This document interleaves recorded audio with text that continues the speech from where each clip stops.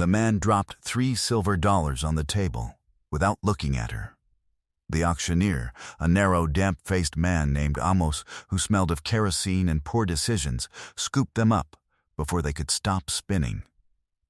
Around the edges of the Bitterroot Valley Mercantile, 30 people watched in the kind of silence that is not respectful, but hungry.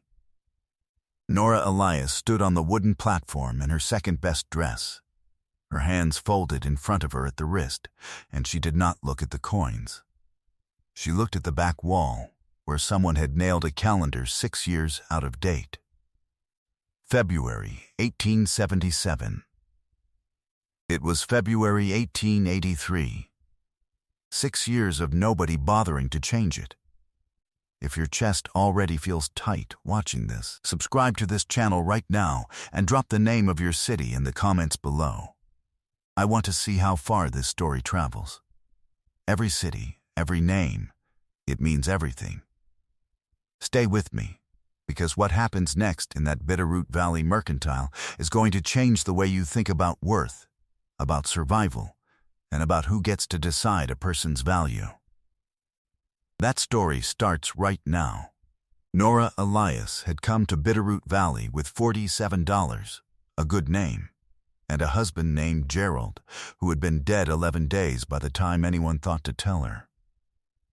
He had borrowed against her savings, all $47 as it turned out, and then some, using her name on the notes without her knowledge, which was legal in Montana Territory in 1883, and which the bank was happy to explain to her in plain and unfeeling detail. The house had gone first, then the wagon, then the mule Gerald had named after his mother, which Nora had always found unkind to both of them. What she had left when she walked into that mercantile was the dress she was wearing, a trunk containing 2 other dresses. A sourdough starter she had been feeding since her own mother pressed it into her hands at age 14, and the absolute certainty that she was not going to give anyone the satisfaction of watching her fall apart in public. She had been offered 3 choices by the county: the poorhouse in Millhaven, domestic placement through the Women's Relief Society, or the labor auction, a weekly arrangement that had been running in Bitterroot Valley for 4 years and that the county pretended was charity and everyone else knew was something more complicated. She had chosen the auction because it was the only one where she got to know the terms in advance.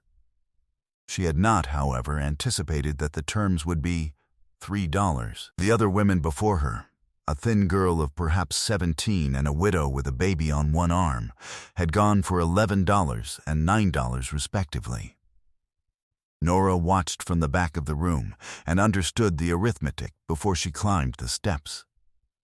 She felt every set of eyes complete the same calculation she had been watching people perform her entire life. That long, slow measuring look that started at the crown of her head and traveled downward as though tallying an invoice.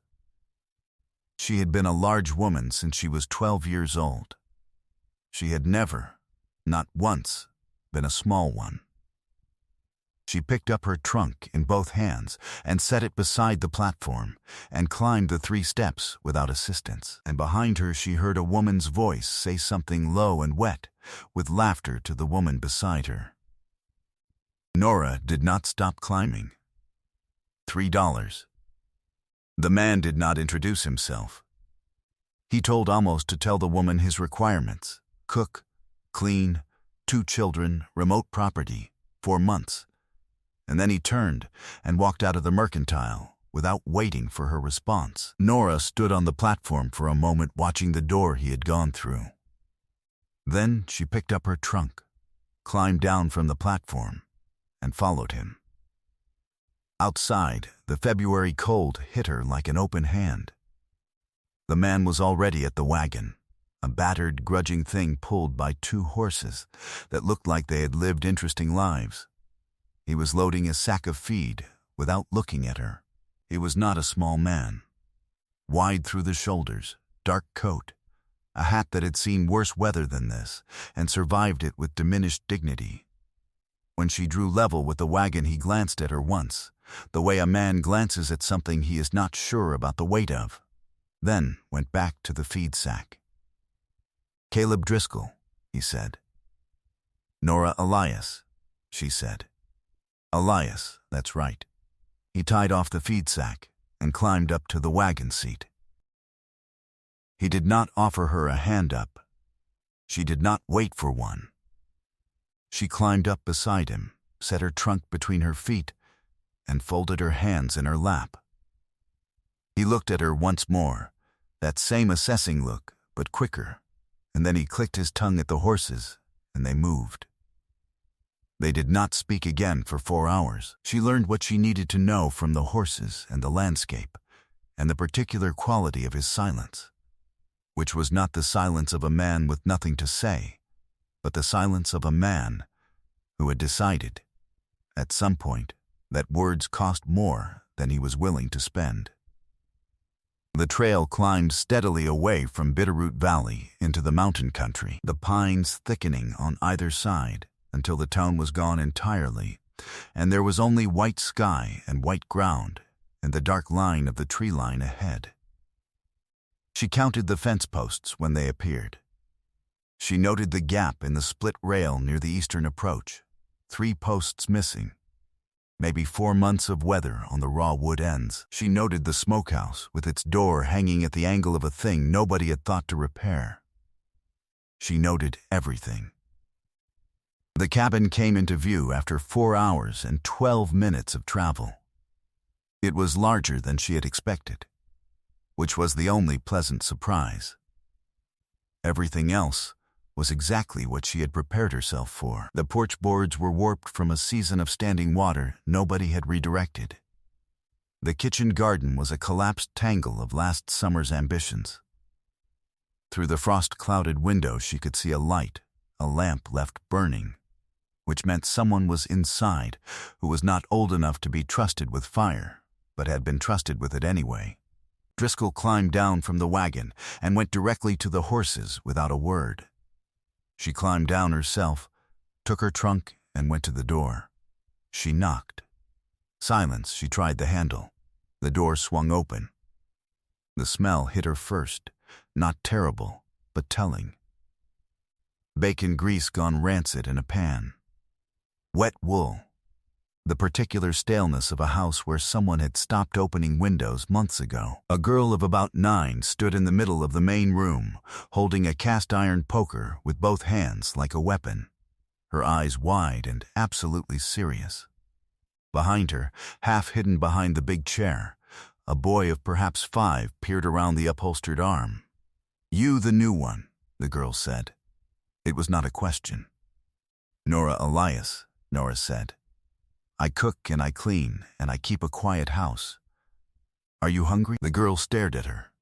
Then, slowly, she lowered the poker. "Thomas ain't eaten since this morning," she said. "He says he ain't hungry, but he's lying." Nora set down her trunk. "Pearl," she said, which was a guess, but the girl's eyes confirmed it. "Show me the kitchen."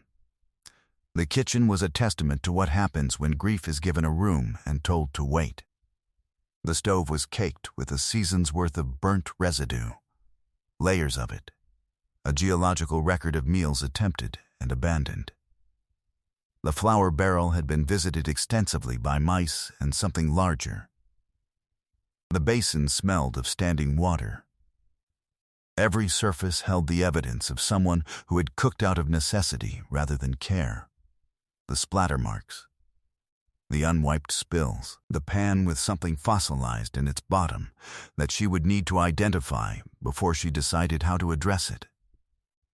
A single cup sat on the table, half full of cold coffee that had been there long enough to develop a skin. Nora stood in the kitchen doorway for 23 seconds.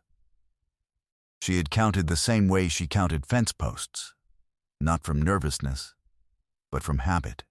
The habit of a woman who had learned that measuring a problem precisely was the first step towards solving it. Then she rolled up her sleeves and started with the stove. Driscoll came in an hour later and stopped in the kitchen doorway the way she had stopped in it, except that his silence had a different quality, something adjacent to surprise, but unwilling to commit. The stove was clean. The basin had been scrubbed and refilled. Something was beginning to smell like food, which she suspected had not been the case in this kitchen for some time. She did not look up from the dough she was working. "Children are fed?" he asked. "Pearl is." Thomas wouldn't come to the table.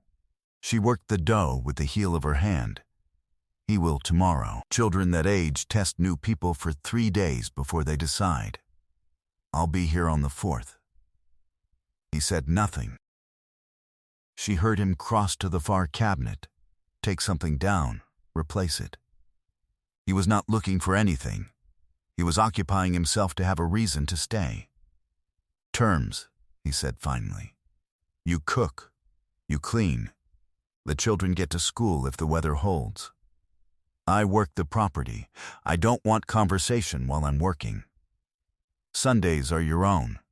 Your room's above the kitchen. $3 a month wasn't in the arrangement I was told about," she said. "It was Amos's arrangement. Then what's yours?" A pause. She heard him set something down.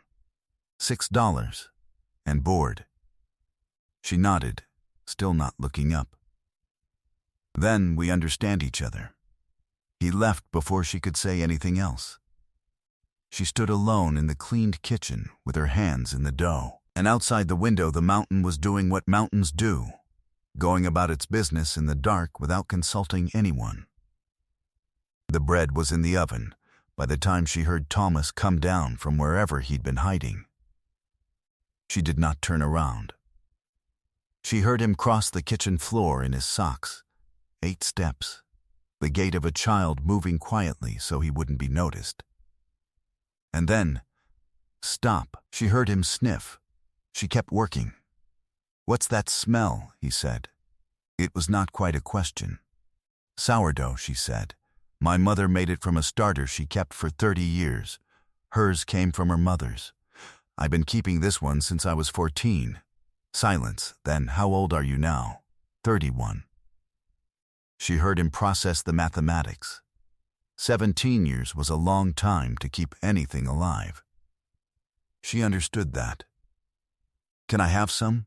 he said. "In the morning, when it's done." She turned around then, and he was smaller than she'd thought 5 years old went different in mountain country. A little more serious, a little older in the eyes. He was looking at her the way Pearl had looked at her, measuring, but there was less hostility in it than curiosity. "You should sleep. Pearl says you're big." Pearl is right. She didn't mean it bad. "I know." She crossed to him, and he held very still, and she put one hand briefly on the top of his head, not long, just long enough, and then took it away. "Go on, Thomas. Bread'll be here in the morning. I promise." He went. She heard his feet on the stairs, and then Driscoll's voice from somewhere above, low and unidentifiable as to words but recognizable as a question, and Thomas's voice answering it, and then quiet. She stood in the kitchen alone for a moment. She did not do what she wanted to do, which was press her back against the wall and breathe, until the tightness behind her eyes went away. She turned back to the stove and did not do that. She had been on the property for 9 days when she found the locked room. She had not been looking for it. She had been looking for the source of the draft that was costing the cabin heat, a thing nobody had identified but that Driscoll had clearly given up on, because the gaps in the east wall had been stuffed with rags rather than repaired. She was following the draft with her palm flat against the wall, feeling for the seams, when she found the door at the end of the upstairs hallway. The handle would not turn. The keyhole was there. The key was not. She stood with her hand on the door for a moment. Then she went back downstairs and said nothing. That evening Driscoll brought in firewood, without being asked, and stacked it by her door. 6 pieces, exactly enough for the night. She heard him do it while she was putting Pearl to bed and listening to the child explain, in the complicated way of 9-year-olds, why she did not like her school teacher but had decided to like Nora, which apparently involved entirely different criteria.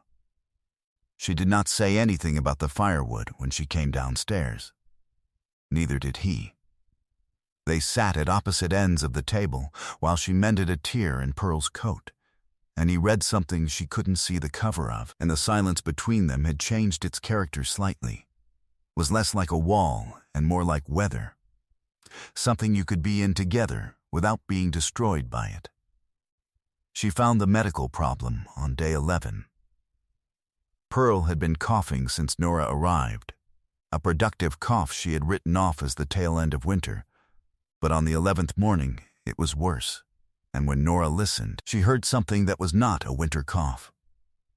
She had learned to listen for it from a midwife in Millhaven who told her once that a woman who paid attention was worth more than a doctor who didn't. She went to Driscoll at the barn where he was working, and she told him plainly what she had heard and what she thought it meant. And she watched his face go through something she recognized as the particular fear of a man who has already lost things he could not afford to lose, and has been refusing to notice that something else might be wrong. "How certain are you?" he said. "Certain enough that she needs a doctor before the week is out." "Certain enough to tell you." He looked at her for a moment, the longest he had looked at her directly since she arrived. Then he went to hitch the horses without another word, and she went inside to prepare Pearl for the journey. And when they came back from Millhaven 4 hours later with medicine and instructions, Pearl fell asleep in the wagon with her head against Nora's arm. Driscoll did not comment on it, but she saw him look, once, from the horses. The man who arrived on the 14th day was named Holt. She did not know who he was when she first saw him. A lean, deliberately pleasant man on a gray horse, who tied up at the porch rail and knocked with the authority of someone who expected the door to be answered. She answered it. He looked at her the way people had been looking at her whole life, adjusted something in his expression, and asked for Driscoll. She learned what he was across the following 2 days through the information that comes to women who are quiet enough to be forgotten in rooms. Holt held a note against the property. Not a large one, but in February, in Montana Territory. A note did not have to be large to be fatal. The property taxes had not been paid in the 2nd year after Driscoll's wife died, and Holt had purchased the note from the county for a figure that suggested he had been waiting for an opportunity rather than pursuing repayment. He wanted the South grazing acres. He wanted them badly enough to have been patient about it for 18 months.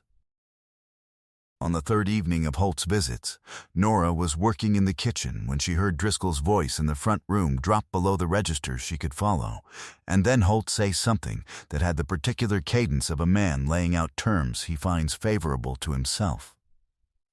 Then a silence. Then Driscoll's voice, controlled and flat.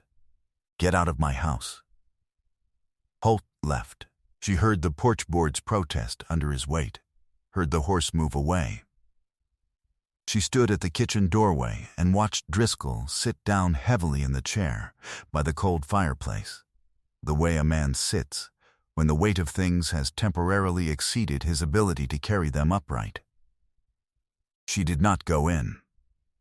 She did not offer comfort. She stood where she was, visible and present, and let him be what he was.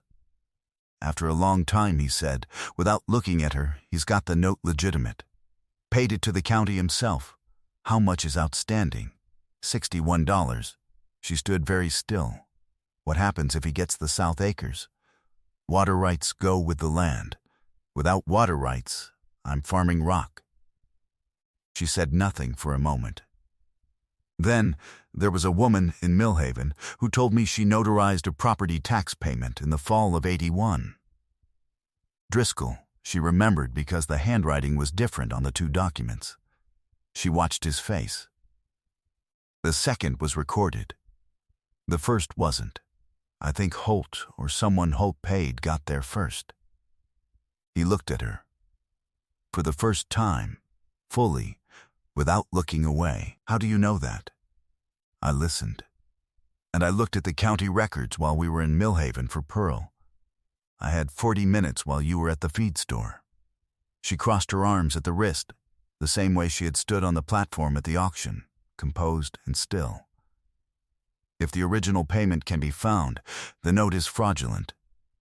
There's a woman at the county clerk's office who notarized it. She's still there." He was on his feet before she finished speaking. What happened in Millhaven 3 days later was witnessed by most of the county, because Holt had made a point of being public about his claim, and Driscoll made a point of being equally public about its refutation. The county clerk's office was not a large room. It held, on that Tuesday morning, the county clerk, his assistant, the notary woman whose careful handwriting had been on the original payment receipt, found in a box she had kept precisely because she had not trusted the man who'd asked her to surrender it, 2 of Holt's men, and perhaps 20 people who had followed the news of the dispute in the way that frontier towns follow anything that promises resolution. Holt was presenting his case when Driscoll walked in. Nora was behind him. The room performed the same accounting it always performed. She had stopped being surprised by it, had stopped flinching, had become fluent in the arithmetic of other people's dismissal. But she kept walking, because she had kept walking her entire life, and did not intend to stop now. The notary woman, whose name was Mrs. Gale, and who had been waiting for someone to ask her the right question for 18 months, set the receipt on the clerk's desk without being prompted. The clerk examined it. He examined the county record. He compared the dates. He looked up at Holt. The silence lasted perhaps 15 seconds. Caleb Driscoll had used words with extraordinary economy his entire life. Nora had been living on his property for 3 weeks and had accumulated perhaps 240 of them, total. He turned to the room, to the 20 people who had watched her walk in and done the math on her, and he said, in the quiet and unadorned way of a man who does not need volume, because he is absolutely certain, this woman found what every man in this county missed. The land is clear. She stays as long as she chooses. Holt left without his men. Nobody was sorry to see him go. Outside, the cold had broken slightly. Not spring, nowhere near it, but a shift in the air quality that suggested the mountain was reconsidering. Pearl was waiting at the wagon because she had refused to be left at the cabin, and she climbed down from the wagon seat when she saw them come through the door and went directly to Nora and put both arms around her midsection without any preamble or explanation. Nora stood and let herself be held for a moment. Then, she put one hand on the child's back. Driscoll watched this from the step. He said nothing. He went and got the horses. They were 3 miles out of Millhaven on the return when Thomas, who had been asleep in the wagon bed, woke up and announced that he was hungry. Driscoll glanced sideways at Nora. She was looking at the mountain, which was doing what it always did, conducting its enormous, patient life without consulting the small, warm things moving through its feet. There was, she thought, something restful about that. Something that did not require her to be less than she was. "There's bread," she said. "I packed some." "The sourdough?" Thomas asked. "The sourdough." Pearl, who had been sitting against Nora's arm for the duration of the ride, looked up at that. "You're going to keep making it," she said. It was not quite a question. "Long as I've got flour and somewhere to put the starter," Nora said.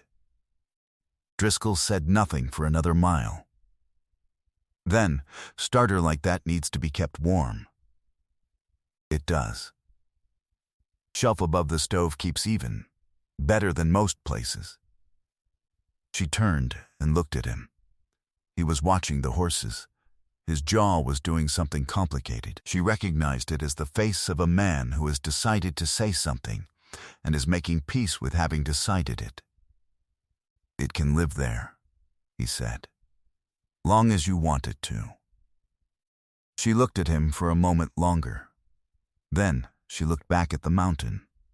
All right, she said. The bread she baked that evening, with the children at the table and the lamp burning and the draft finally sealed because she had found the gap herself and plugged it with proper material rather than rags, was the best she had made in years. She did not say so. She did not need to. Thomas ate 3 pieces and fell asleep at the table, and Pearl put herself to bed for the first time without being asked, and Driscoll sat across from Nora with his coffee gone cold and did not make any move to leave the kitchen. She did not ask him to stay. She did not ask him to go. She got up and put the starter to bed on the shelf above the stove, where the heat kept it even, and she covered it with a clean cloth, and she stood for a moment with her hand on the cloth. He had paid $3 for her. The entire county had watched and done the math and arrived at their conclusion and called it the price of things. She had been deciding her own price since she was 12 years old, and she was not inclined to revise her estimate on account of anyone else's arithmetic. In the spring, when the first crocus appeared at the base of the fence post she had been watching since February, the one with the good wood, the one that had held all winter, Caleb Driscoll did not make a speech. He was not a man who made speeches. He came to the kitchen at 7 in the morning, which was when she was always in the kitchen, and he set something on the table beside her work, a ring. Plain silver, nothing remarkable, the kind of ring a careful man saves for. He did not explain it. She looked at it for a moment. Then she dried her hands on her apron and picked it up. 17 years later, in the fall of 1900, their daughter took her first steps across that same kitchen floor. The sourdough starter, 103 years old by then, or close enough, counting back through all the hands it had passed through, sat on the shelf above the stove where it had always sat, fed and covered, and ready for tomorrow. Nora Elias Driscoll moved through her life the way she had always moved, with both hands, her whole self, taking up every inch of the space she had earned, and not once apologizing for the room she required. She never had.